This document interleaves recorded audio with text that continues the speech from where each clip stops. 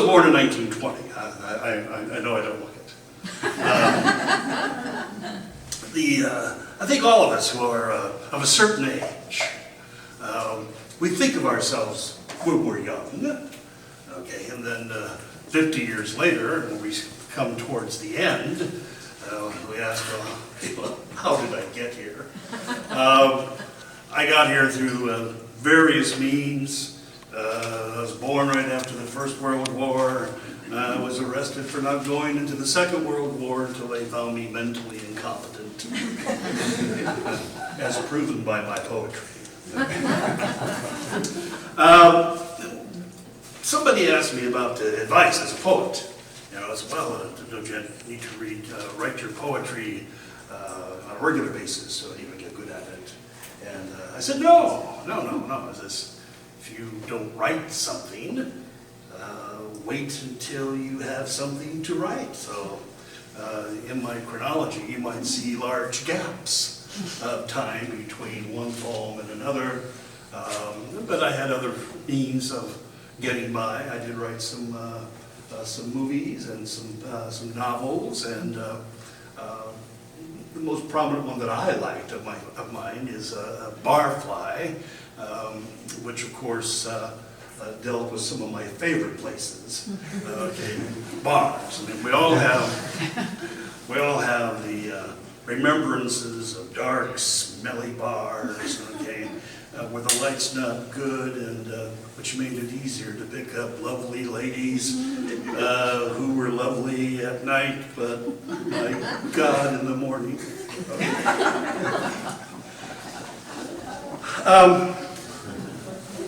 It turns out that I wrote a great many poems, and I really couldn't find a lot. Because as a poet, there's so many. Which one do I choose to share? Okay. My relationship with women was up and down. Okay. I married a couple times, had several children, but I liked women a lot.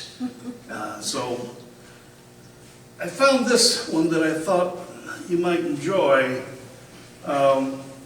It's called For Jane, with all the love I had, which was not enough.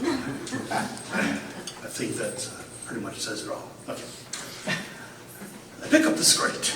I pick up the sparkling beads in black.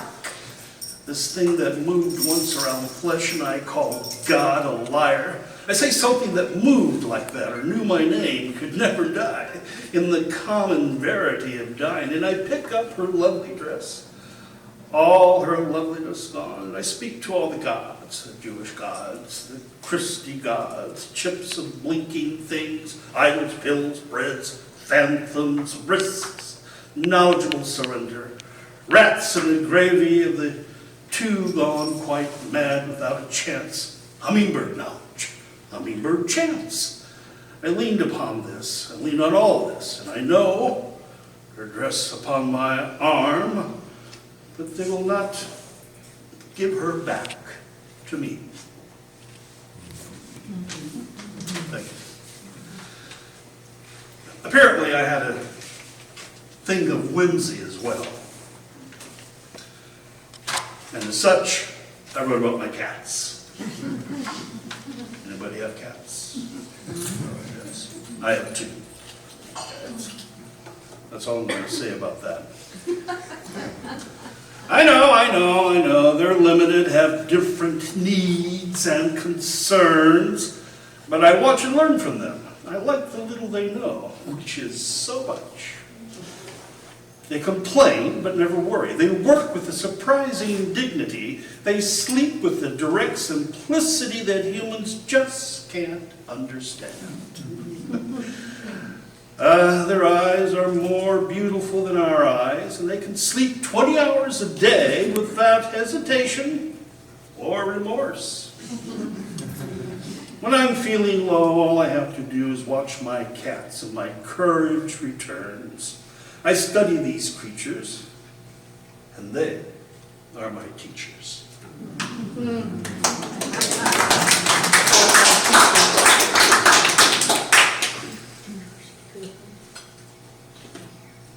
For those of you who might know my biography, you'll know that I worked for the post office. What's the word I want? A most awful period of my life. Okay. But I did it for 12 years, so what can I say? So, this is the great escape. No, I told him. What happens is that now and then one crab will climb up on top of the others and begin to climb towards the top of the bucket. Then, just as he's about to escape, another crab grabs him and pulls him back down. Really, I asked. Really, he said. And this job is just like that. None of the others want anybody to get out of here. That's just the way it is in the Postal Service. I believe you, I said. Just then the supervisor walked up and said, "You fellows are talking. There is no talking allowed on this job." I've been there for 11 and a half years. I got off my stool, I climbed right up to the supervisor, and then I reached up and I pulled myself right out of there. It was so easy. It was unbelievable. And none of the others followed me. And after that, whenever I had crab legs, I thought about that place. I thought about that place maybe 5 or 6 times before I switched to lobster. Thank you.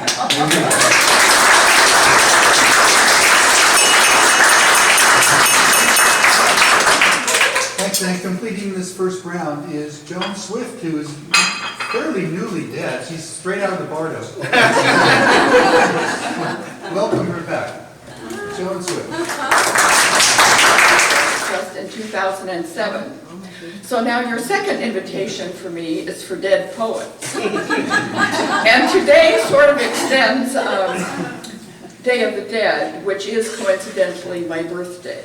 I lived for 90 years and just crossed over on March 13th, 2017 in Edmonds, Washington, where I lived for a long time. So my attire has not yet reached costume status. I started my earthly journey with my birth on November 2nd, 1926 in Rochester, New York, where I lived for 6 years. I typed my first poems at age 5. My paternal grandmother and great aunt were poets. My father was of French and Irish heritage, my mother Swedish. My father beat my mother, and one time he threw me down the stairs. After she left him, we lived in northern Pennsylvania, then moved back to Rochester. There, in high school, I was introduced to the works of Edna St. Vincent Millay. Then I graduated with a BA degree in English in 1948. And true to the times, my first job was as a secretary out of college. Then I wrote advertising copy at NBC in New York in the early days of TV. In 1953, I married Wayne Swift, a World War II veteran, a champion skier on the University of Washington ski team with a degree in physics. We had 2 daughters, Lauren and Lisa. In my 30s, I published poems. For the journal Poetry Northwest, I published Mushrooms in a Museum, which appeared in their first year, 1959, and other poems intermittently until 2016. I first took my poetry seriously when I enrolled in Nelson Bentley's evening poetry workshop at the University of Washington. In 1962, I enrolled in graduate school and was accepted by Theodore Redke for his poetry class. To teach us ear, he required us to memorize a poem each week. From him, I learned the taut elegance of 3, 4, and 5 beat lines. Perhaps there was too much emphasis on form. It helps you hear the words. Reading in form doesn't mean you have to write in form. He called me mother, being impressed with the verbal skills of my 2-year-old daughter. Once I joined the after-class gatherings at Johnny Rainbow's Tavern, which I later captured in Sonnet 5 from A Crown. You woke to sleep, you wrote, and we all knew in the classroom near the greenhouse enough awakening in that 1 hour with you 4 days a week to scare us stiff. You scowled in the doorway. When you rambled your hands like fluttering leaves, past the bell your tales of Detroit lowlife, the hood you called a torpedo. Fortunes lost, you cast a spell. After, at Johnny Rainbow, you bought me rye. On the table you played Gravy Train Waltz. I remember your fingers tap and splay on the oak grain. Johnny brought lilacs, it was May. You wrote that shaking steadies. Ted, who knows what great nature really does. Ted died that late summer of 1963. He's to the Seattle area what William Stafford is to this area. Retke inspired Sandra Cleven's play, The Influence of Theodore Retke, I Teach Out of Love, in which I have a bit part. And by the way, Ted introduced Dylan here at his reading in Seattle in 1952. They became close friends, and he liked Dylan better than other poets. I completed my MA at the University of Washington in 1965. Retke and Bentley were the most influential people on my poetry. My poems appeared in 50 periodicals, including Cirque, the New Yorker, the Yale Review, the Iowa Review, and the Southern Review. When I was 43, we lived in Oakland, California.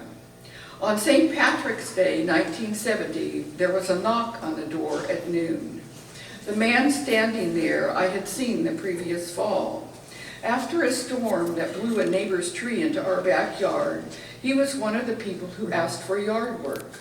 He was Charles Jackson, and he raped me. Strangely, when it was over, I said, I love you. Perhaps the strange utterance saved my life. He got a plea bargain.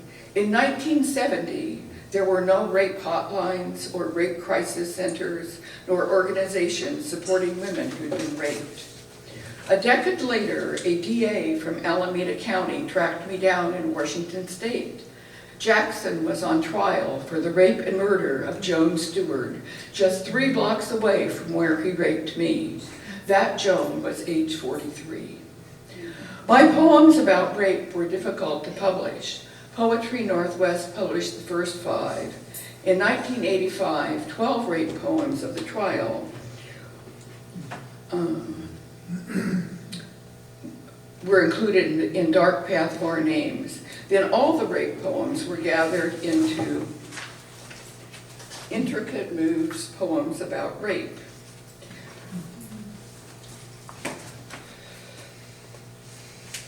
Although of uneven quality, it is the rape poems that I'm proudest of. Exchange.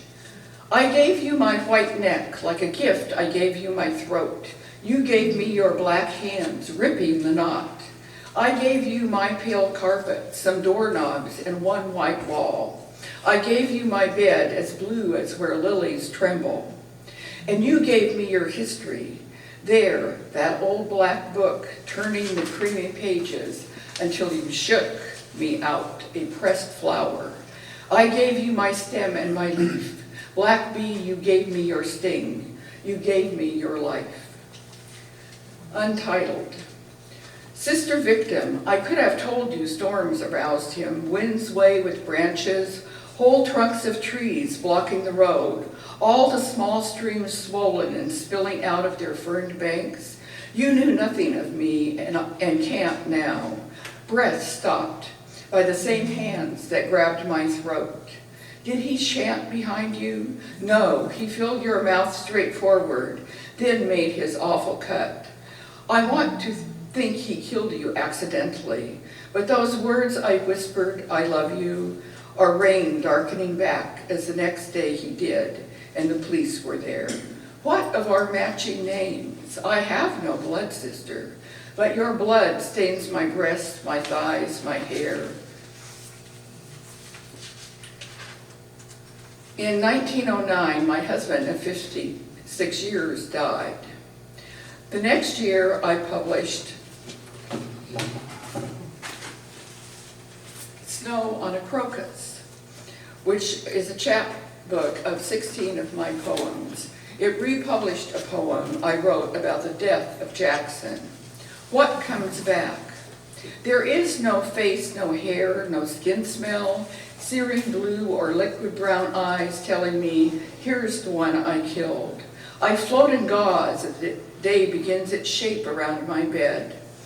There is no blood, no thud of a falling body, yet I wake up and am sure I've killed someone. My victim waits outside the shower while water tries to rinse the ghost away. Did I kill my father? He vanished when I was 6. Or was it the man who raped me years ago? He got off with an easy plea, 5 years in Vacaville. Then he raped again and killed. Her name was Joan. Her jacket was the color of lime and his semen ran a silver river over it.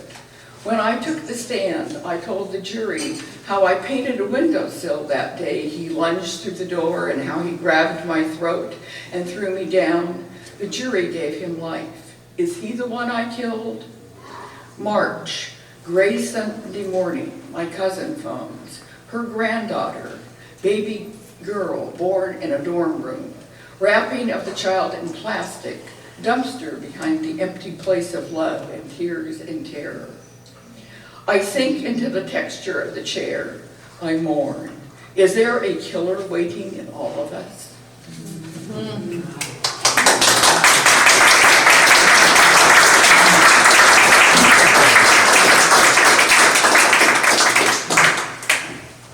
We'll have May, and we'll have Dylan, and we'll have Charles, and we'll have Joe. May start.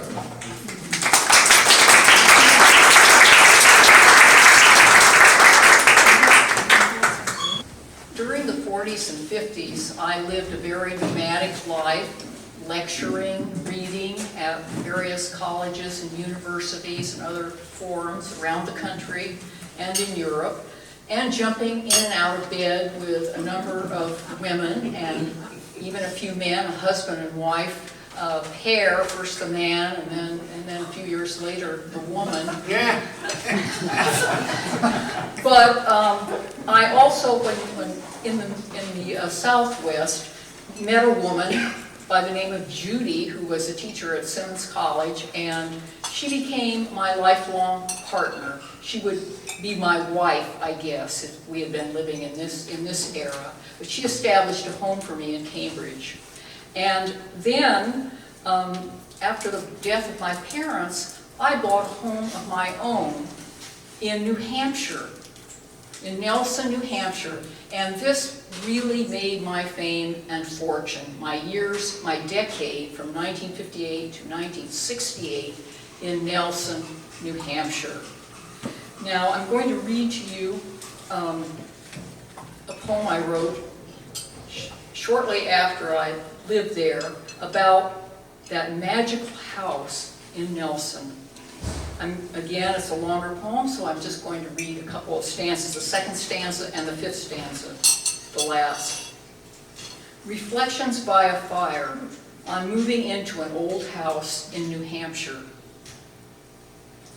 These windows frame a world, the rural scene we lift our heads to scan, the village green, church spire, dirt road curving toward the hill.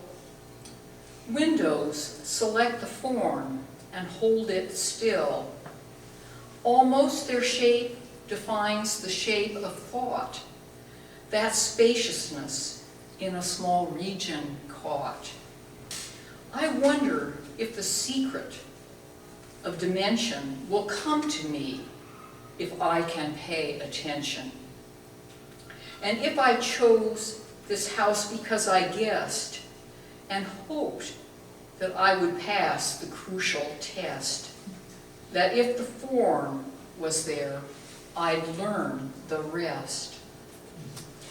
My windows frame a different world and season, but here alive is passion and is reason. The plain, strong style supports my need to win, some of its freedom and its discipline. If not enlightenment, at least a tone kind hopes that simmer in a house alone.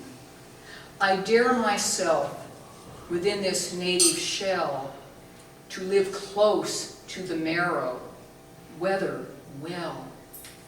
Structure the bursts of love and poetry so that both life and art may come to be as strict and spacious as this house to me. And it was during these years in Nelson that I probably developed the themes that I have become best known for. Those are solitude and silence. Ironic because I was very seldom alone, even in that house in Nelson, and I was almost never silent. But those became my themes. And while living in Nelson, I published the novel that first made me famous, although I had already published 7 or 8 of them. This was Mrs. Stevens' Here's the Mermaids Singing in 1965. And some of you here may have read it. In that book, I came out as a lesbian to my readers and became almost a cult figure in the lesbian community of that time. But I didn't really cultivate the fanship of lesbians. I really was writing for all women. And my next, the other milestone book I published in the 60s, in 1968, was Plant Dreaming Deep, my memoir of my life there in Nelson, in this small New England community where I got to know all the locals and was living this life of contemplation and solitude. At least that's the way it came across in the memoir, although I was teaching at Wellesley and then at Radcliffe after that, commuting down there and living with my partner Judith in Cambridge. And this was a book that attracted all sorts of women, creative young women, women who aspired to be writers, widows, divorcees, people who were trying to make a life alone. And I just developed a tremendous fanship as a result of that particular book.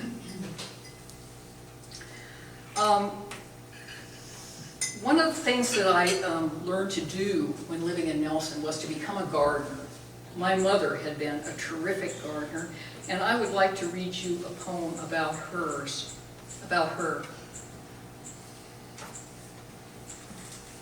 Which I think, this is a personal favorite of mine. An observation. True gardeners cannot bear a glove between the sure touch and the tender root, must let their hands grow knotted as they move with a rough sensitivity about under the earth between the rock and shoot, never to bruise or wound the hidden fruit. And so I watched my mother's hands grow scarred, she who could heal the wounded plant or friend with the same vulnerable yet rigorous love. I minded once to see her beauty gnarled, but now her truth is given me to live. As I learned for myself, we must be hard to move among the tender with an open hand, and to stay sensitive up to the end, pay with some toughness for a gentle world. In the late 60s, I decided that I had exhausted Nelson as a source of inspiration and decided that I would fulfill my lifelong yearning to live by the sea, and I was granted a beautiful old house to live within view of the ocean. And I moved there in 1973, but my volume, The Durable Fire, published in 1972, anticipates that move. and I would like to read you from my poem, Gestalt at 60. For 10 years I have been rooted in these hills, the changing light on landlocked lakes. For 10 years have called a mountain friend, have been nourished by plants, still waters, trees in their seasons, have fought in this quiet place, Nelson, for myself. I can tell you that first winter I heard the trees groan. I heard the fierce lament as if they were on the rack under the wind. I too have groaned here, wept the wild winter tears. I can tell you that solitude is not all exaltation, inner space where the soul breathes and work can be done. Solitude exposes the nerve, raises up ghosts. The past, never at rest, flows through it. Who wakes in a house alone, wakes to moments of panic. Will the roof fall in? Shall I die today? Who wakes in a house alone, wakes to inertia sometimes, to fits of weeping for no reason. Solitude swells the inner space like a balloon. We are wafted hither and thither on the air currents. How to land it? I worked out anguish in a garden. Without the flowers, the shadow of trees on snow, their punctuation, I might not have survived. I came here to create a world as strong, renewable, fertile as the world of nature all around me. Learn to clear myself as I have cleared the pasture. Learn to wait. Learned that change is always in the making, inner and outer.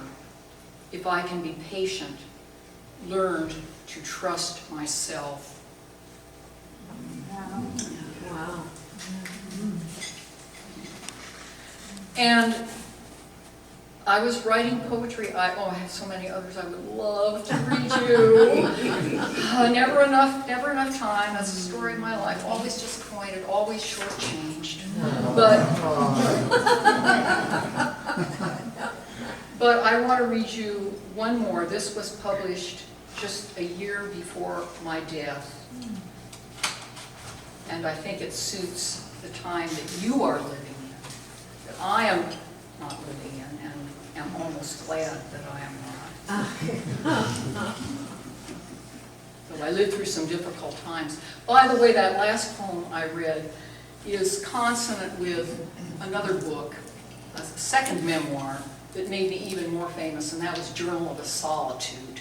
That was published in 1973 after I moved to the house by the sea. But it showed the dark side of solitude. I had thought that Plant Dreaming Deep gave too rosy a picture, and so I wrote the sequel to it. This one is called Small Joys, New Year 1990, and it was published in 1994. And by the way, Carl Shapiro nearly devastated me 20 years earlier by his critique of one of my volumes, in which he said it was lady poetry at its worst.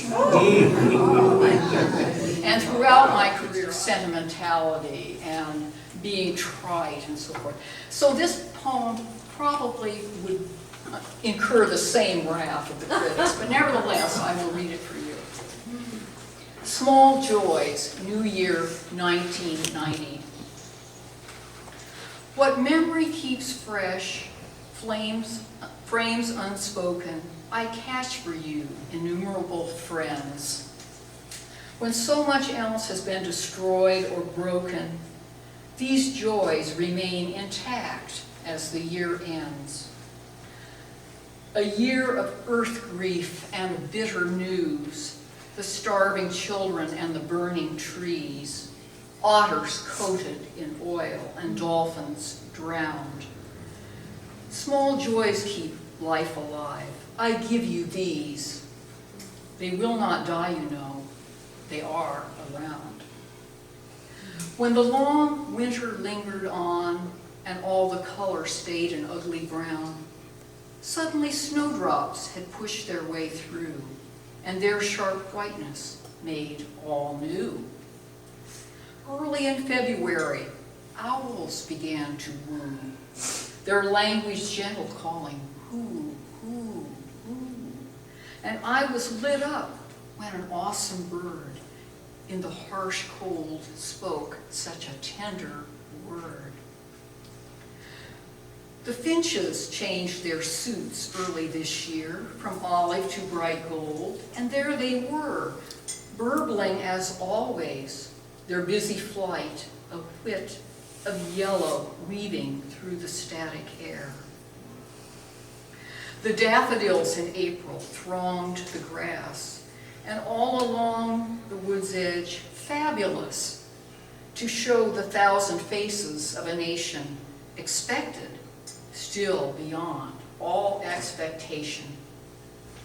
Later in June, alive with silent fire, the fireflies pulsed their firefly desire.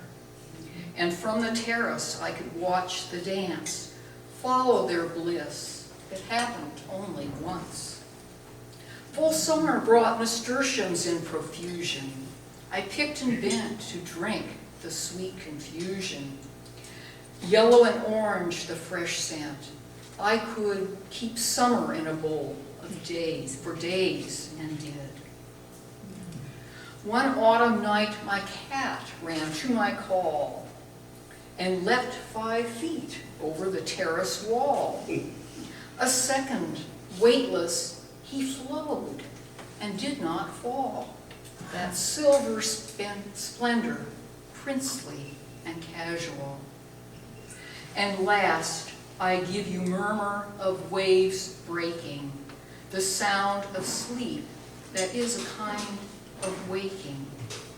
As the tide rises from the distant ocean, and all is still, and all is in motion. The small joys last, and even outlast earthquake. I give you these for love and for hope's sake. Thank you.